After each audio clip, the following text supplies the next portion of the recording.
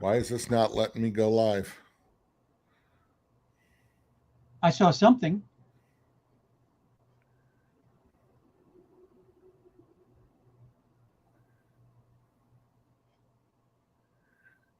And we're live. It says live. Yep. Hey, everybody. Yeah, boy. Hey, it's Friday. It's time for Q&A with Alan and Marshall. And boy, are we spinning and free falling, Richard. As you can see, Marshall is not here. And I'm not sure where he's at. So, of course, Richard Greaves has jumped in, as always, as he does, to save our bacon. And yeah, this is what we're doing. So, Richard, how's your Friday been? Friday, I just got back from giving blood. I give whole blood every, whatever the cycle is, 54 days or whatever. Yeah. I went for my usual Friday morning appointment. My next one, February 10th next year. Appointment All already right. made. Cool. Yeah. And that's something that, especially during the holidays, until you're someone that's needed it or had someone, there's a lot of charitable giving going around, but year round, that's something if, almost anybody, no matter what your, health status is, can usually give blood. And Right. I've done it quite a bit. I remember Greg Kitson would do it all the time. He would give platelets, which is like a 2-hour Yep. investment. I gave platelets before. I've given platelets before when, man, it was in the 90s. There was a friend of ours whose wife needed platelets and stuff for a cancer treatment. A bunch of us were there, and I was selected, and yeah. So we did it, and went great. So it's not hard. It's just time, and yeah, need to do it all the time. I actually have not done it in a while, and I probably should. And they give you snacks. And they give you snacks and orange juice. So we love snacks and orange juice. They love me because I have O negative blood. Yeah. Oh yeah, you have O negative, which Yes. is universal, man. Man, you can give and receive anything.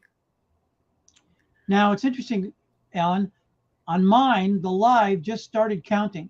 So I wonder if we were actually live. We'll never know. I don't know. Well, I see we do have one viewer, so we'll start it again. Of course, this is Q&A with Alan and Marshall, and Marshall's not here. I'm not sure where he's at, but Richard jumped in, and boy, we have been free falling, haven't we, Richard? Yeah, we love talking to ourselves. And you know what? We do it all the time, anyways. But I'm glad if you're joining us. Please let us know that you're on. This is Q&A. It's a question and answer. Without you guys, it's just Richard and I talking, which we can do that. And we've got a few people that are joining in. So, yeah, we may have been live and just talking to ourselves. But that's okay. It got us all warmed up. And I don't want to be the old man of, I hope Marshall's okay. I'm sure he is. I'm sure he's just busy or something came up. He trusts us. Yeah. So obviously people have been hearing because let's talk about this. Brian Bufka is listening, and he talks about giving blood is giving life, and that's what we were talking about. Richard gave blood today, and you do that every cycle, and we were just talking about what a great thing that is. I've done it. I've given platelets, and yeah, it's something that I know during COVID there was a lot of people not giving, and the blood banks ran short, and I've never had a time where I needed blood. I don't know, Richard, if you did through some of your ailments. None. But yeah, blood products are important. And we can never forget that. So thank you, Richard, for what you do. And like I said, and we were talking about our friend, Mr. Kitson, who gives platelets and blood all the time. So cool. We got a couple other people here. Most of Ward Williams. Oh, hey, how y'all doing? I hope things are going well. I believe that's out of Kentucky. Cindy King from Texas is here. We got our good friend Charles out of New Mexico. And then, of course, Chris from up in Canada, he is slowly becoming the HD king, and doing a great job. So, Soon Chris, to move on to lenticular printing. oh, really? He's hinted about that on the show that where he was when he was the guest. Oh, that's right. That's right. Wow. I keep meaning to send him, so I'm saying it in public, all the articles I've got from Joe Clark about lenticular printing. He was the first one I ever saw, when I first learned what lenticular printing was one that Joe Clark did. And he was showing me, and it had to be in the early 90s, and I had no idea. When Joe went to Russia to print with Artem, yeah. That was one of the things that they did over there, and they came back and really started to work on it on a regular basis. Right. Man, and if people you hear us talk about Artem is with MIDI prints, and I don't even know where in Russia is he. Right in Moscow? He's outside of Moscow. Outside of Moscow and all that, and we talk about great printers and stuff. I have met Artem. I don't know him real well, but man, there are printers all over the world that are just fascinating. We've talked about our friend Samir over in Turkey, who's incredible. Artem is probably up there, one of the best. But Artem learned from Mr. Kaza also too, correct? Oh yeah. And there's a little thread running through there between Mark Gervais and Mark Coudray and Artem of you find people who are better than you. And we had our own masters. I also learned from the foot of at the feet of Michel Kaza, and also the great Dr. Messerschmidt. Yep. All sorts of people that are long gone now that we need to keep reminding ourselves of, the real pioneers in screen printing. Absolutely. Pioneers like Marshall Atkinson. You know what? What a great guy. We should get him on the show. I so rarely see him, but it's always good to have a quick chat with Marshall. It is. Dr. Atkinson, how are you doing? Yeah, we have to remind these new kids. And we can't hear you. Turn off their mute. Yep. Nope, nothing. Nope. You'll get the hang of it in an hour. It's one of them days. You can tell the look on his face. We've all had them. Sound figured out, and then we'll hear it then. Well, we got a couple other people watching while he's figuring that out. Terry's watching from Virginia. How you doing, Terry? We got Eli. Eli, how you doing? I don't know if you've been on here before. Let us know where you're from, where you're watching from. Chris says, I've done some lenticular printing before. That's incredible. And we still don't have audio from Marshall. That's okay. Working on lenticular print right now. So he's wearing one. He's wearing it. Oh, cool. Bruce Herman, Merry Christmas. Merry Christmas. Happy holidays to everybody. Josh Wiley from Oklahoma. Nope, Marshall, still nothing. Yeah, but I can see the mute microphone is on now. Yeah. So that could be the first clue. And it's gone. How about now? There you are, Marshall. Hey! Technology, isn't it awesome? When it works. So sorry for my tardiness. Some things are going on. I hope everything's all right. But you notice I got a little fearful 4 minutes in before the show of going, Houston, we have a problem. We had to call as always our safety net, and he's right there. Yeah. And I love that he's got the zombie picture of me up. Well, I love the homage to you behind him. So we were worried. So it's all good. So good. Anyway, so apologize, and looks like LinkedIn's not broadcasting today, right? I don't know why. Yeah, I don't know. You're right.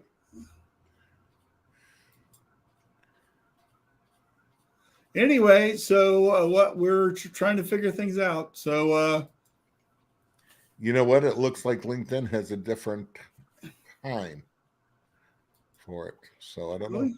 Yeah. I don't know. Technical stuff.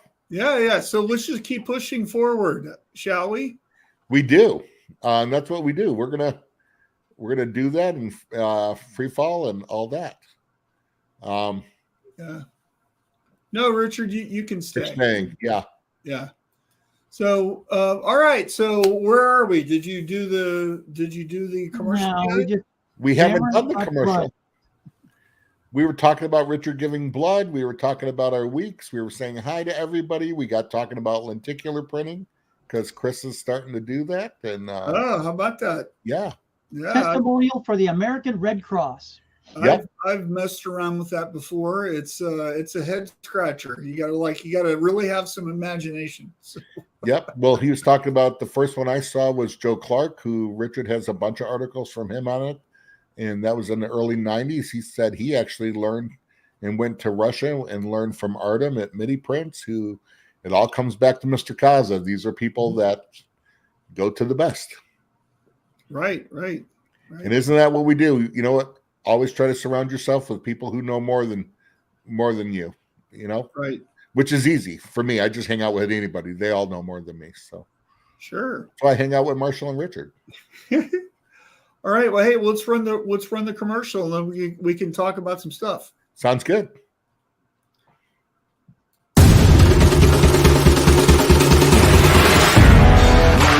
GSG, the combination of over half a century of knowledge with industry-leading technology and the customer at the center of everything that we do.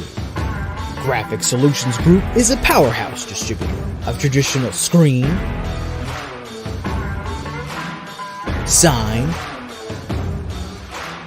wide format digital printing, embroidery, and textile decorating. We are committed to our customers, providing support, educational, and consulting services. Your success is our success. We've seen these industries grow and change in our 70 years. One thing never changes: GSG's dedication providing the best products and services available. We've been around, we'll be around, from the highs and the lows, standing right here with you. GSG, the right products, right away. All right. Man, GSG does such a great job. I was just thinking about that as we're on there with everything they do, from signage to embroidery to screen to everything, to digital to direct to garment. Man, they are just all over it. Yeah. And we are glad to have them as a sponsor and been working with them the last 2 years. So such great people. Mm-hmm. Yeah. Well, we really enjoy that relationship, and they sponsor Shirt Lab, and I think they're really doing some great things. So, and it's going to be fun to see them really take off, I think, next year too. So. Yep. And I saw that. I think they're going to be at Impressions Long Beach. That's going to be a great show this year. Mm-hmm. And it'll be interesting to see everything. 2023 is going to be a fun year, I think. Coming into last year, we still weren't sure what the year was going to hold. I remember, everybody was worried about, still COVID. Some of the shows we weren't sure. I pulled out of Long Beach. I didn't go. And this year I think everybody's just excited and raring to go. Yeah, I'll be there, and I think it's going to be a lot of fun, and teaching some classes, and Well, I'm looking forward to. We're going to have the whole Easy Way crew out there. It looks like we're going to have this Blue Water is going to be out there. Going to have a machine, the first public showing of a Blue Water machine. Yeah, you're not hiding it. You're not hiding it anymore. Well, it's hard to hide it. Too many people have them, and too many people have them on order. So how many have been sold? Do you know? One. No, I don't know. I know there's more than that. Yeah, in the last year, 12, 15 maybe, around there. And I don't exactly know because it's a separate company. I know there's one in Chicago in my area, and there's one too. You're wingman at Shirt Lab. Bought one. and is being built right now. Tom. Tom Rowan, yeah. Yeah, good. So That's yeah, exciting. I was glad to work with him on that. We have some more quoted. One that I think will close at the end of the year, before the end of the year, and for them, it's just building them, you know. But it's a whole different way of auto reclaim. Is one better than the other machine? Tell you what, when it comes to labor, it's better than manual. Right. You know, it's like a direct to screen. You know, do I prefer wax over inkjet? Yes, inkjet's over film. Mm-hmm. So right. So we didn't meet before the show and bring up some topics. So I think it's going to be a Wild West today. Why don't we do a viewer choice? Have them name the topics today. And then what do they want to talk about? I think that might be a fun thing. Instead of us naming the topics, what do people want to talk about? So throw that into the comments. Hey, good morning, Mark. Good to see you. Mark is here with his lovely wife. If you haven't met her, definitely his better half. The only thing that Rich and I were talking about before is I was talking to my stepdad, who is, of course, retired, living the life down in Florida. And but he actually managed, if you ever heard of Bendix Corporation, he was vice president or president of that, managed that for a long time, and then started his own company in Michigan, Netcon, which did wire harnessing. And him and I were talking about just a podcast and what it is. And I go, any advice? And you know what? No matter what industry it is, his advice, it could have been me, you, or Richard saying it. He said, most people starting a business are technical. They know their industry. They know how to build something or do something. A lot of times they do not know basic accounting and how to account their cost of them doing business. And I went, oh my gosh, Gary, whether it's textile t-shirts or printing or wire harnessing or at Bendix, they made brake pads. They did, they actually printed circuit boards there. Doesn't matter. It's all about cost. He said, sales are great. He goes, profit is everything. Right. And so I just thought from, the mouth of someone who's been down the road longer than us in a completely different industry. These are same facts. Well, it's amazing to me how many people don't look at their numbers. They're so focused on sales and growth and orders and just what do we got to ship today. Mm-hmm. And we don't do a good job of analyzing what's going on until it's the end of the year. We get to P&L and we look at it. And so I've been looking at that all week with some companies that I help, and some of them are shocked at where they are. Yeah. We should have been looking at this the whole time, and they kind of kicked themselves in their own butts about it. And I'm like, well, January is around the corner. You could build a dashboard for yourself, and you're looking at things and you're measuring and kind of understanding where you are. And Mark Coudray did a fantastic workshop for Shirt Lab a couple of weeks ago, all about the financial end of things and really looking at some stuff. So if you're in Tribe, you can be watching that, right? Mm-hmm. So, it's just really understanding where we are at any given point in time. And I think a lot of people, they have a bookkeeper, or they do it themselves, or they have a CPA. But what a lot of folks that I talk to, they haven't gotten their financial stuff from September or October. Right. And I think you really need to get on it and close the month out. And by the middle of the month, you should have last month's autopsy on how we did. And that way you can start making corrections on some things and changing some things. If you wait several months, I mean, that's just useless information. You're so far down the road, you can't be doing anything. Mm-hmm. Don't you think? I agree. And even in my end, where I'm all about the sales and stuff, I know that EasyWay's watching profitability on there, and I know where my boundaries are on what I can do. But, Marshall, we talk about goals. I can see at any time where I'm at for the month, for the year and stuff. So I know, where I'm going to be at. You have to know and be knowing those numbers, like you said, not at the end of the year, but almost like middle of each month. And Richard, I'm sure you were like that with shops that you had. I know, Marshall, you definitely were. I like being on a daily schedule, at least for my cash flow. Every morning by 10 o'clock, I got a 3x5 card, because that's all it takes, with cash on hand, what we had accounts receivable, and what we had accounts payable.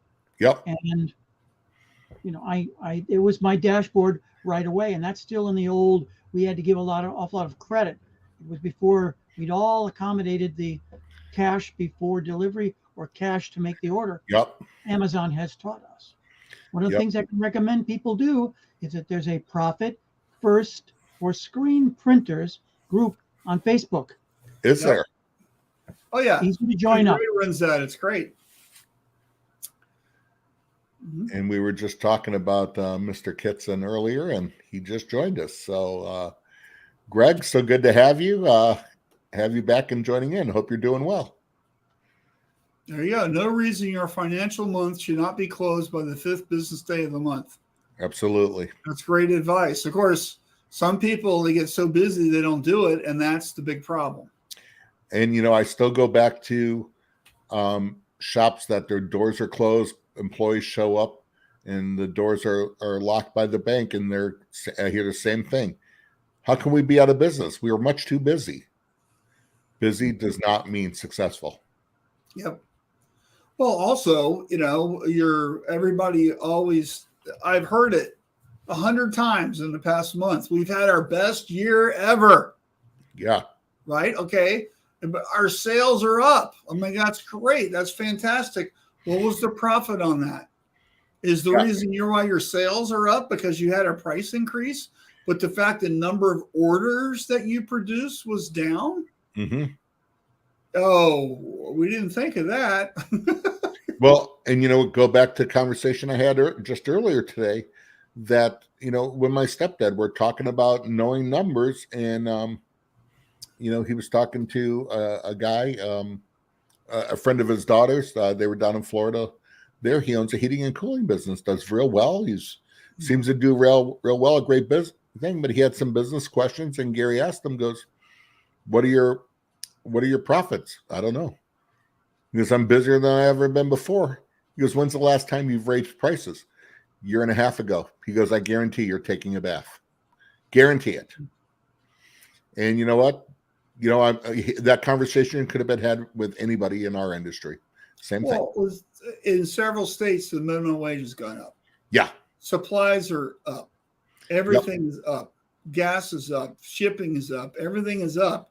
And so, you've raised prices. But what if you raise prices 10%, but they needed to be raised 28%? Exactly. You're still losing money. That's the whole point, is that you have to be looking at things and really understanding stuff. And, and as the market dictates, so should you go. You're trying to make a certain amount of profit with your work. Your prices need to be following that. Mm-hmm. And of course, a price increase is coupled with cost optimization, and we're really looking at being more effective. A 10% price increase with a 10% cost savings is a 20% swing in profit. Yep. Right. So just really looking at this stuff is so key. And I think so many people are just focused on getting orders out the door, and it's just crazy. And I'll find a minute later to do it. And by then it's too late. Yep. We got some people that have right there. Metrics are useless unless validated by actions. That needs to be embroidered on a doily and framed in everybody's office. Man, Greg's on fire today. He is. Greg's always on fire. And here's the best comment. Anyone that's running a shop should be tuning into the show today. That needs to be tattooed on everybody's hand. Thank you, Dean. And if you're watching, man, make sure you share it. That's how we gain viewers. You know, we can advertise this much. It's always about shares. So thank you so much, man. Yeah. So anyway, I think these are great comments, and we would love for you guys. Have you just let us know? Have you done the autopsy for 2022 yet? Or are you still like in the middle of a holiday and you're going to do it next week or whatever? Where are you on that? And then the part B of that question is, have you started setting goals for next year? Right. You know, and not just sales goals, but action goals. Like, what are you willing to do? Are you going to try to do a new market? Are you going to try to do a new sales technique like a bundle? Or are you going to get into online stores or DTF or whatever, right? Yep. Throw those comments in here and let's talk about them. We'd love to kind of chat about that. Yeah, absolutely. Well, Marshall, you asked me earlier not to change subjects if I got your package in the mail, and I did. Thank you very much. You're welcome. Yeah, the cookie cutter, the t-shirt cookie cutter. So I do appreciate it. You know, those are little things, and I know, you know, we don't expect them. We were talking about, you know, maybe another subject of, you know, what are you doing for your employees to show you appreciate them on there? Mm-hmm. Sometimes it's little things like that. Marshall sends them to, I know, his clients, and it's just nice to get that. Marshall, I do appreciate that. Yeah, well, you know, lumpy mail is fun. It is fun. And then I put it in the red metallic envelope. Yep. So when you're getting your mail, it's the first thing you open. It sticks out. You know, and that whole thing didn't really cost a whole lot of money. It was just the effort, right? So and it's appreciation. So, you know, we could talk too now. You know, your employees' labor is key in our industry and every industry now. You know, it's not always money and stuff. What are you doing to show that they're valuable, they're appreciated and stuff? And I'm going to call out Easy Way right now going, hey, come on, where's the goods? No. You know, unbeknownst to me, there's a package shows up in my mail. Now, this is Wednesday. Tuesday, Monday, I had to leave out of town real quick, last minute for an account. I'm in Columbus, Ohio just for a day. I come back Wednesday, and I noticed Sunday morning, why is my AirPod, you know, keep trying to connect on my phone? And I look at my little egg case, and one of them's missing. And then my heart sank. It's in my pants pocket. Which you washed. That I put in the wash that night before.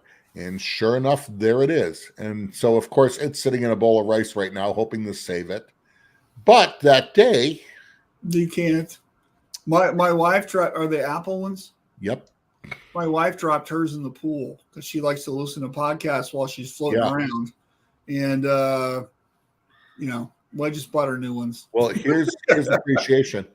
That day a package comes, and it's from Easy Way. It's actually not even from the company. It's from Sarah, the CEO, and a pair of noise canceling Bose earbuds. Hey, that is, talk about a fortuitous gift. And you know what? Totally unexpected. I called Sarah just to thank her and stuff. And that's not to call her out. Like, and you know, hopefully, I don't know if, hopefully I'm not the only one that got them. But you know what? That just, it's the little things like came in and out. She was laughing at the timing. And of course, I told her she must always use that power for good. But you know what? Sometimes it's those things that you know keep an employee right there. And you know what, Easy Way is a great company. I love working here. You know what, do I get in trouble? Yes. Am I mad at them at times? Yes. But you know, fact of the matter, that's just, you know, stuff. That's just everyday stuff. And what do you mean you get in trouble? Well, I know. I just had to say that. I didn't want to have to say I'm a perfect employee, because how many times are they watching? But yeah.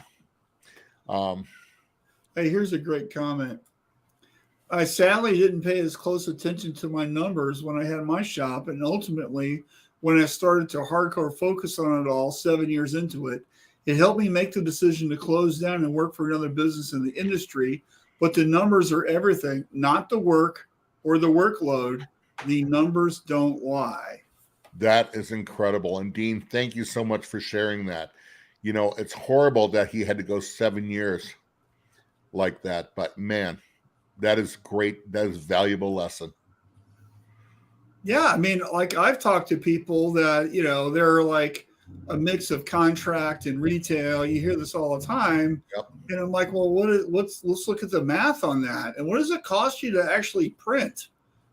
And we start looking at the numbers and they realize that when they take on a contract order, they're actually losing money with every shirt they print. Yep. And just because they've never run the math. And here's why they don't make any money. It's like, we're so busy, but there's no money. I'm like, well, yep. This is what happens. This is why you got to run the numbers, right? So here's where you can be confused too about growth. Because if you're not making money now and then you grow, you're just going to make, or you're going to lose more money the more you grow, because the profit has to be built in.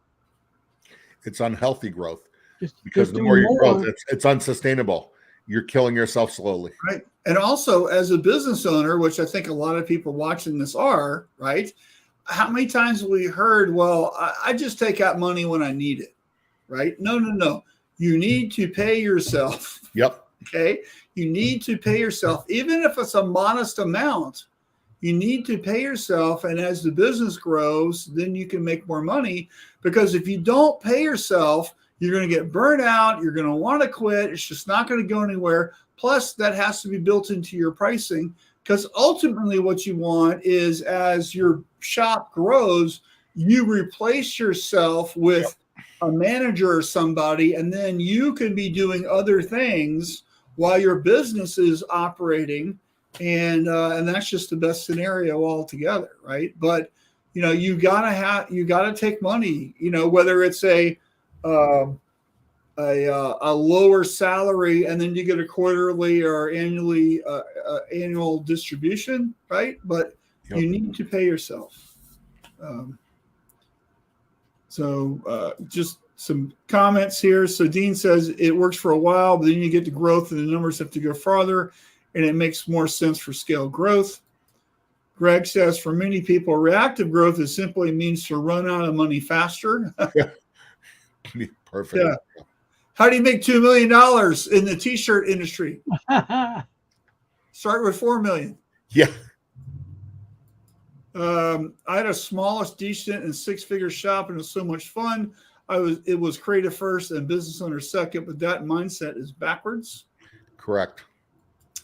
Politically incorrect term for being stupid faster when you buy that automatic without just cause. Yeah. Agreed. Yeah. You know, sometimes everybody wants the shiny new toy. Yeah. I think that helps them grow. And yeah. If you build it, they will come. You know, a lot of my clients ask me, hey, I want to buy a DTG press, or I want to buy another automatic.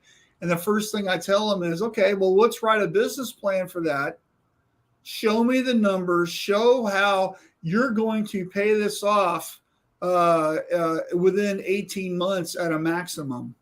Right. Right. Show this. Prove it to me on paper, because that's way easier to do than it's sitting right there and it's collecting dust and you're not using it.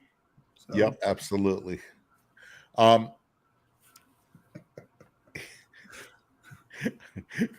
Richard with the green screen. I love it. I'm going to have to get one. Yeah. Field of Dreams should be banned for all small business owners. Absolutely. Yeah. But you know what? How about hearing from some of the best printers? You know, I remember talking to Andy Anderson, and even Mr. Coudray said they went off if we print it better than anybody else, we'll be fine. And that's just not the case. It still comes down to marketing, to sales, to profitability. Yeah, right. So Chris says, thanks for this comment. I think this is where my mindset is, and it needs to change. I would probably agree. You need to be making some money, buddy. You're working really hard. Yep. We see all of that effort and we applaud you for it. And we hope you're buying a new snowmobile or something this year because you're doing great, Yep. that type of stuff. Yeah, but we could also, what we don't talk about, great printers that are no longer in the industry because they had it backwards. Yeah. Happens all the time. Or their shop burned down. How convenient. Hey, That we're not never making happens. money. Oh, the shop's on fire. Yeah. That's like the old restaurant thing. The restaurant's not making any money. Oh, it's time for the French fry fire. Yeah. Yeah, the shop burned down. Amazing how you got all of your office out before that. Right. We got to be careful about shop fires. We've had 3 this year so far that I know of. 2 right in Detroit. Detroit, and the last one was Babylon burning in San Francisco. Yep. Right. And those are just I've seen some pretty scary stuff. I saw a fire caused by, guess what? A can of spray tack going down the belt because the guy knocked it over. It became a hand grenade. It shot flame out of the stuff, which caught the lint on fire, which went up the flue, caught all the lint on the ceiling on fire, and was racing down the ceiling at about 30 something miles an hour, faster than you can go, faster than you can get the extinguisher and running over there.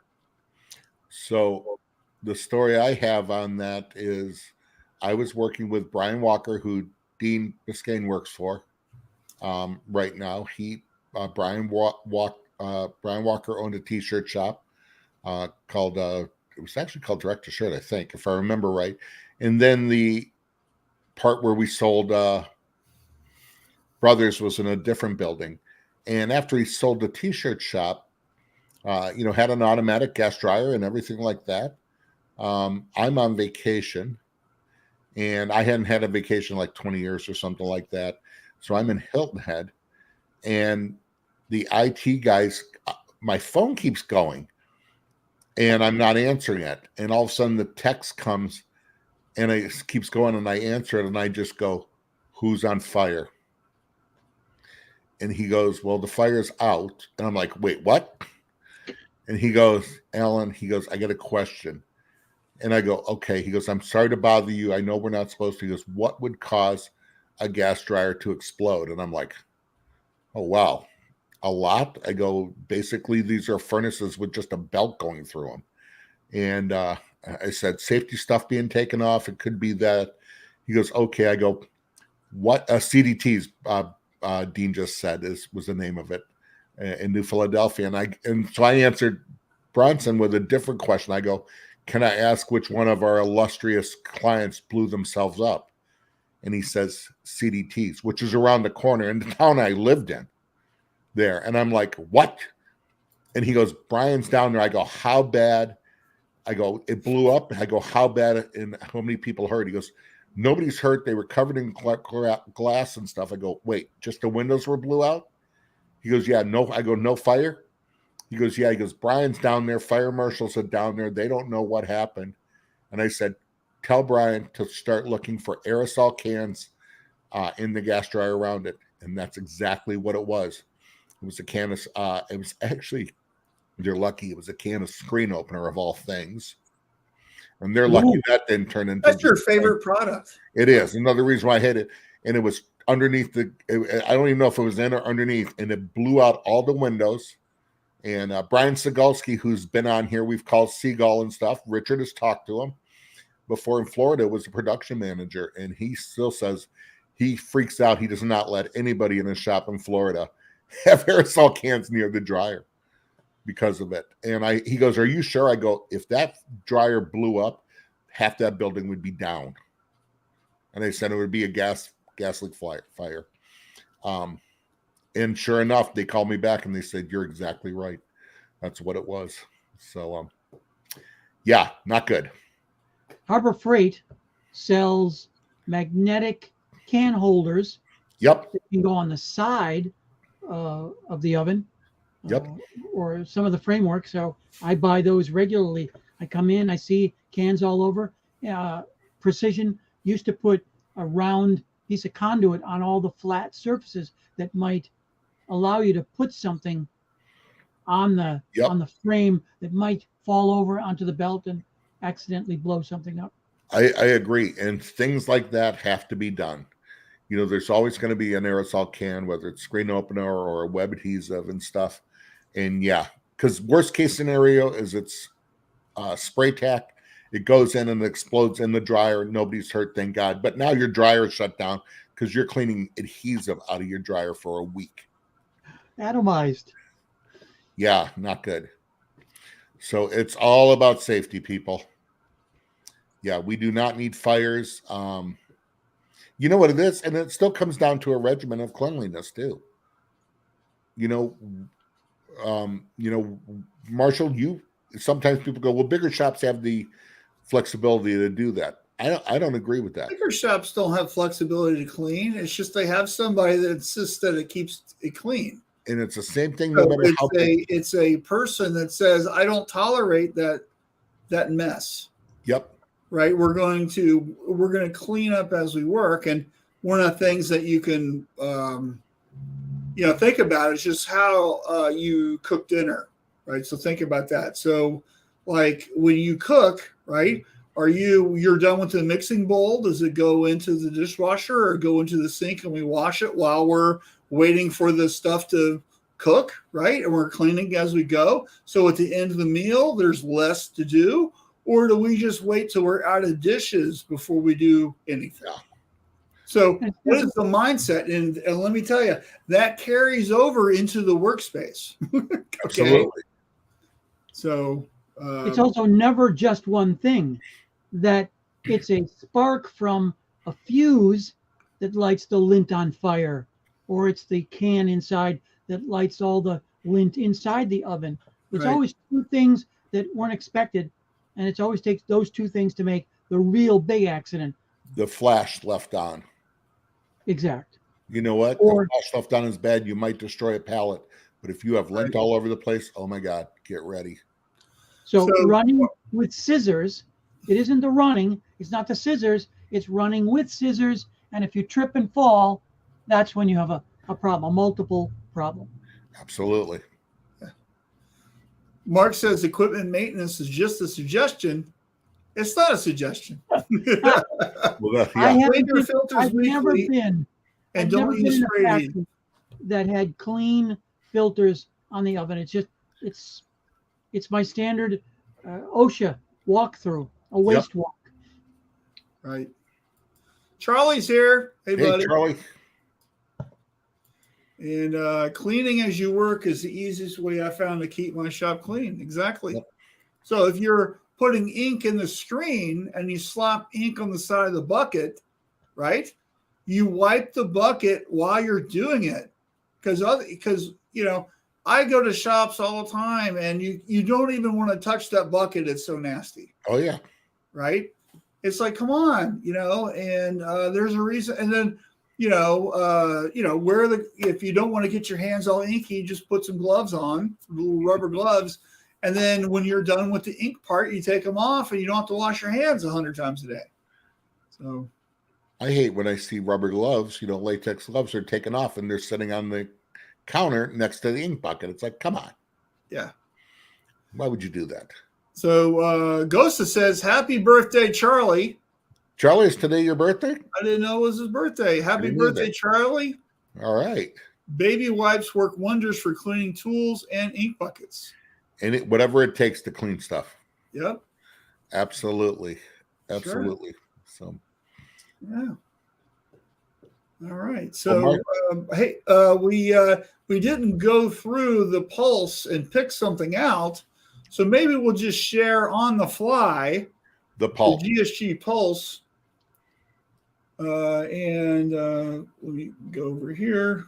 This is an incredible tool that, if you go on GSG's website, they have what's called the pulse. This is their fall one. Yep. Screen printing and stuff. Then they have one for sign and digital, which is incredible. And It's a booklet, and you can see that they have tons of stuff in here, helpful hints, all types of products. Not just screen printing. There's embroidery. There's vinyl. Yep. There's all kind of things in here. They're all deals, and you can find all kinds of nice stuff in here that you need for your shop. So there's your thread right there. Mm-hmm. So anyway, so we would encourage you to go to gogsg.com, and right at the top, there's a revolving banner, and just click there, and you can get the Pulse magazine, and you can see all this stuff. And they come out with it every quarter. Yeah. And Mark, is this like a paper thing that you can also get in the mail? Because it looks like it was a mailer also. I don't know. I don't know either. That's why I asked. Yeah, if Mr. Saldonic is still listening. Right. So, yeah, we got more people listening. John McGee is. Yeah. So he doesn't have to take his shoes off at the airport anymore. What, can we do that when we're old? Yeah. Or if you got the TSA pre-check, right? Which I have, yeah. Yeah. All the experienced pros don't do anything. They just zip in because they got the right thing. Yep. You know.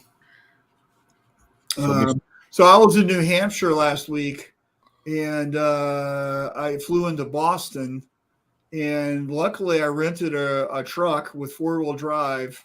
Yeah. And there was a snowstorm, and it was crazy driving in the snow.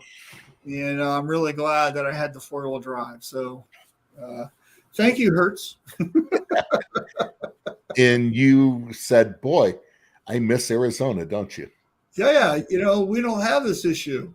So, He's trained in Wisconsin, though. yeah, I am. I had the full training. You know, the funniest part was the Florida guy moving to Wisconsin and experiencing my first winter and asking myself, why did I do this? Exactly. Oh, yeah, money.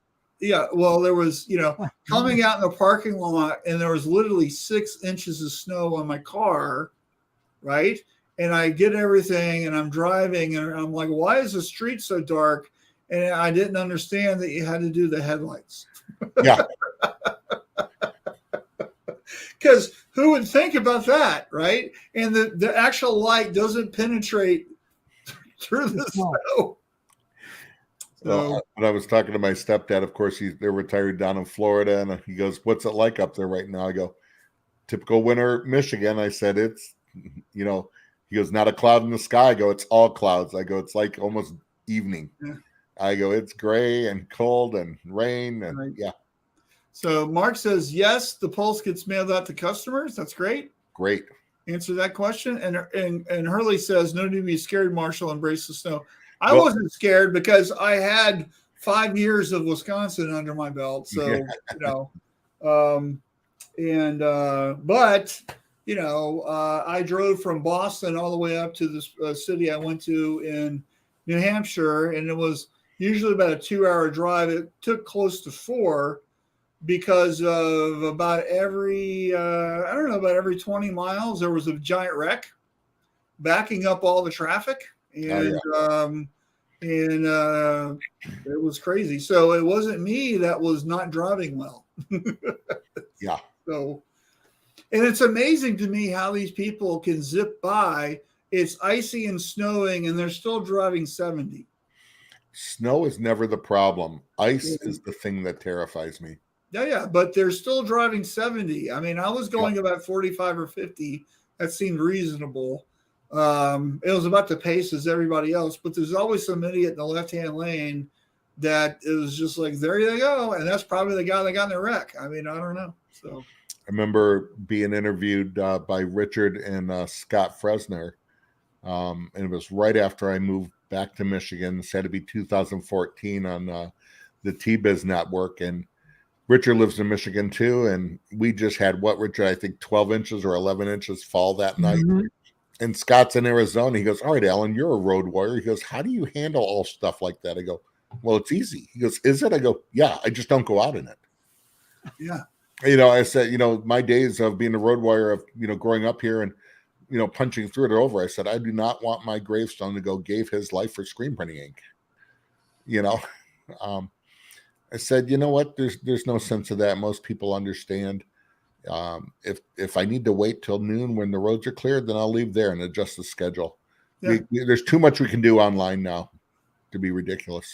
Here you go. Here's the pro who lives in Sweden. Snow and ice isn't the problem. It's the Yosemite Sam Curse driver. Yeah, exactly. Yeah, exactly. It's people that don't know how and drive stupid on it. That's what I was talking about. That guy. Boom, there they go. Do you see what Chris wrote just above that?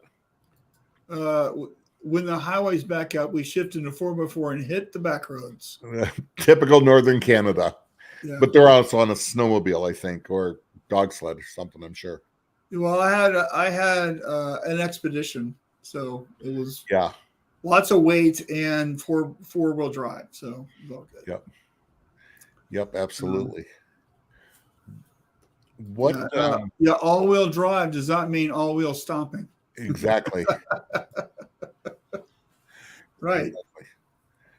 So when I moved there, I was talking with Jay Berman, one of the owners at how to drive. He's like, you just drive like you're on a pair of ice skates. Yep. So good call. Well, we have a few minutes left. What do we need to end this session with? Richard, it's up to you. I will say this. I had lunch. So when I was in Columbus, I ended up having lunch with a guy that I know, Nick Sayer. He's not in the industry. I actually sent him to our friend Nathan Leber to have shirts printed for his business. He is a contract finished carpenter, incredible, high end. And this is a kid that, I managed in bands when he was in high school and stuff, and all the way through. And, they'd actually toured with the band 21 Pilots a few times.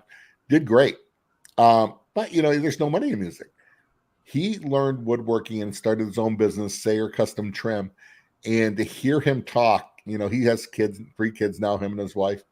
And they're going to do their first $1 million in sales. And I asked him real quick, I said, that's awesome. I said, what's your profitability on that? And right away he goes, between 48 and 50%. I'm like, snap. That is incredible. I was so proud. And you know what? He had the answer. And you know what? I go, all right, how are you learning this? There was a guy that took him under his wing and is coaching him. He's actually paying him now. And one of the first books he read, Traction. Great. We got talking about that. He goes, all right, Alan, you read and stuff. He goes, anything? And I said, here's the one of my friends is that you got to get. And I said, 2-second lead, Paul Akers. I did 5 dysfunctions of a team. Those are my favorite for business and stuff like that. And so, Richard, I was thinking of you. I was channeling the inner Richard Greaves on 2-second lead. Well, hey, I came in late. Did he mention it when we started? He didn't. So we went through the whole show, and this is the first time we've talked about it? I know. So that's why I threw it to him. So there I softballed it to you. On. The waste of downtime is something I was going to say, but I'm in the background. I'm the substitute host here. Yeah. So pick it up by slack. Downtime is where you find all the waste in that is eating away at your profit. So logging and attacking downtime like the cancer it is. You don't make friends with cancer. You cut it out and burn it. Yeah. Yep, absolutely. So Sean says, hi, guys. Can you please repeat all the key things discussed since I just got on? Absolutely. We talked about Japanese quandary. Sure. Real quick. We talked about giving blood. Everybody needs to. We talked about knowing your cost and profitability.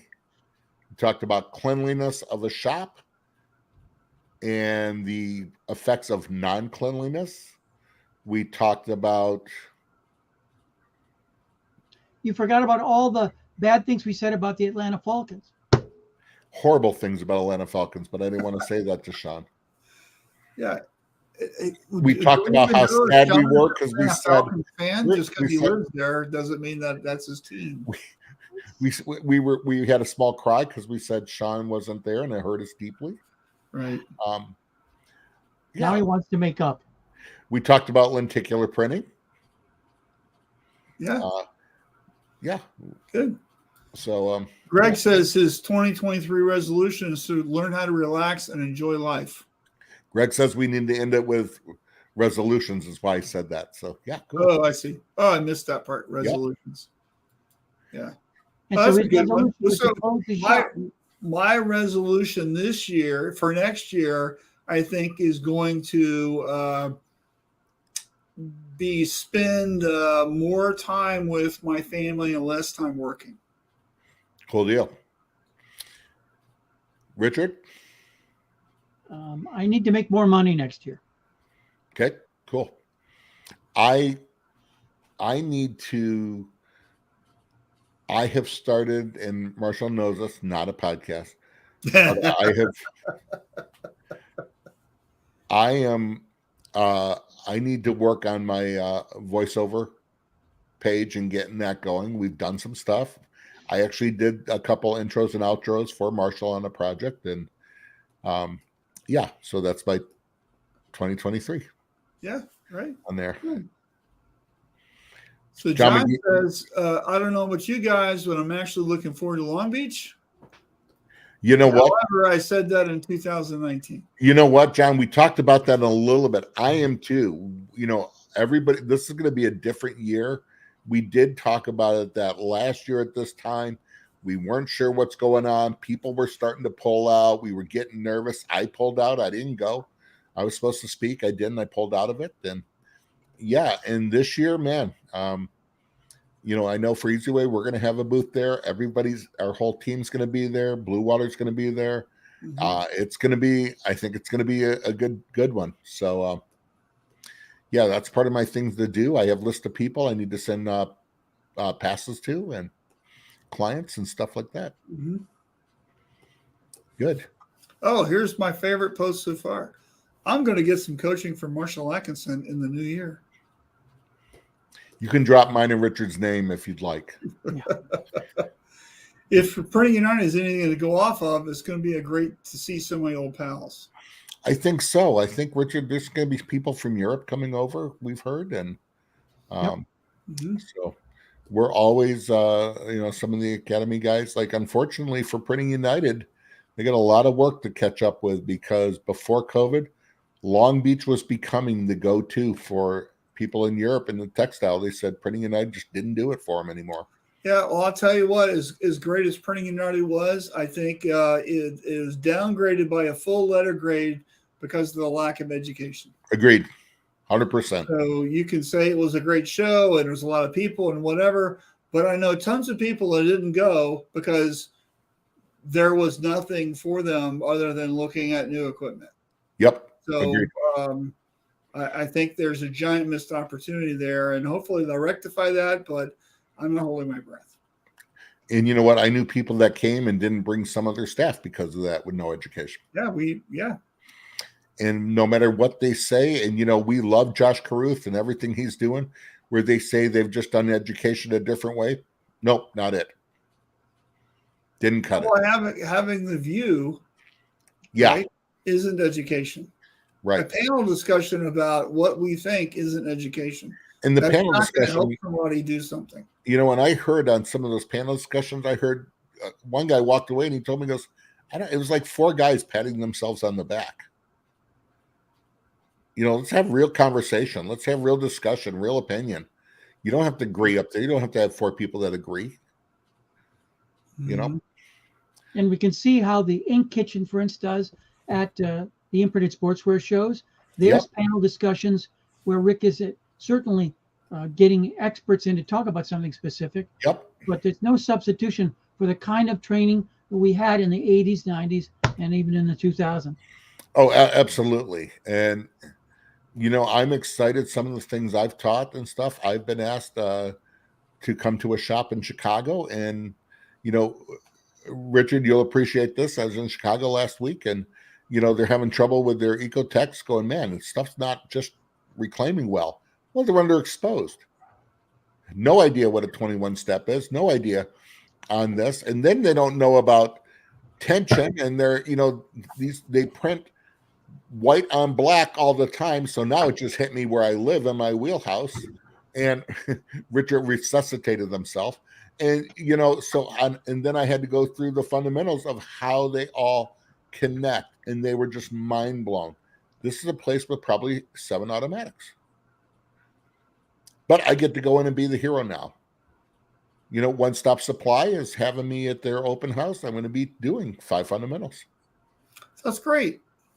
The open houses used to be fantastic. All the major distributors had them in their warehouse. GSG had some of the first ones, along with Harco, who is now the Harco open house. Yeah, I remember that. I worked for him. I was at him. So when I first started, and you know what? GSG still has open houses in their warehouses, in their branches. And if your supplier needs you, has those and has one of them, Vastec just had one. It was incredible. Right. I flew out there. I saw Charlie there.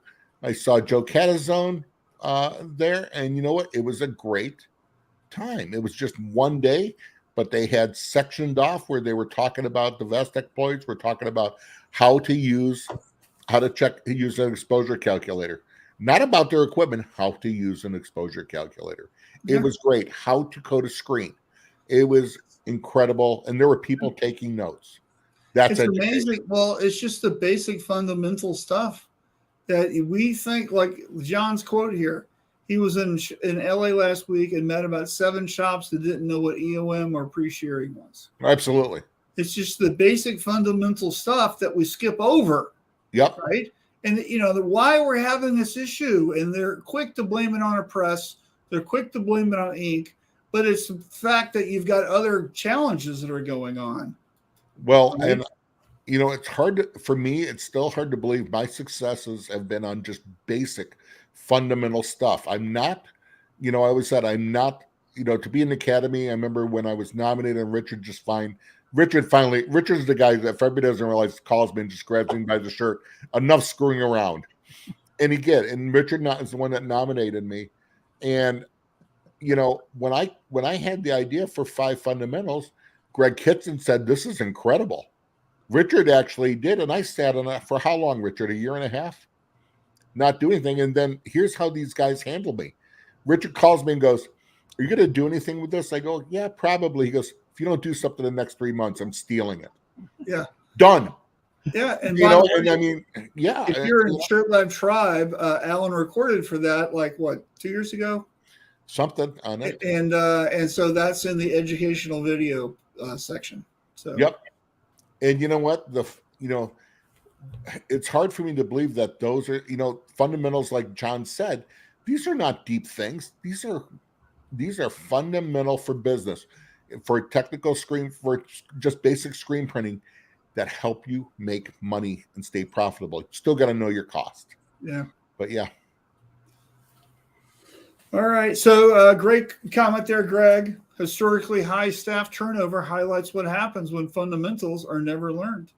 And talk about a series that, boy, are we going to miss is, the classes that Greg Hitson. Graphics. Yeah, I had the pleasure of teaching there, man. What a great thing. And Greg, talk about someone who gave back. And, we see a lot of teachers and speakers, but when you went into Mind's Eye Graphics, you just saw everything that Greg taught. He taught what he knew, and he did what he taught. It wasn't just book work. So sure, we can end on that, I think. I've got one last thing I'd like to add. Go, Richard. It is winter. It may be a little too late in the year, but if you haven't bought emulsion and or water-based inks, you do not want them to ship during the freezing months. Absolutely. So we really haven't had a good freeze yet here in Michigan. So this is probably your last weeks to be able to order emulsion to stock up, because you're going to pay an awful lot to have a heated UPS truck bring your emulsion if you don't have a distributor nearby. Yep. So time to stock up with your winter's emulsion, anything with water in it, because if it freezes, it just doesn't work anymore. Yep. We're talking all emulsions, every single emulsion, no matter what the manufacturer, all stencil remover products. I don't care who the manufacturer is, including ours. We we have a deal with our dealers on freezable orders.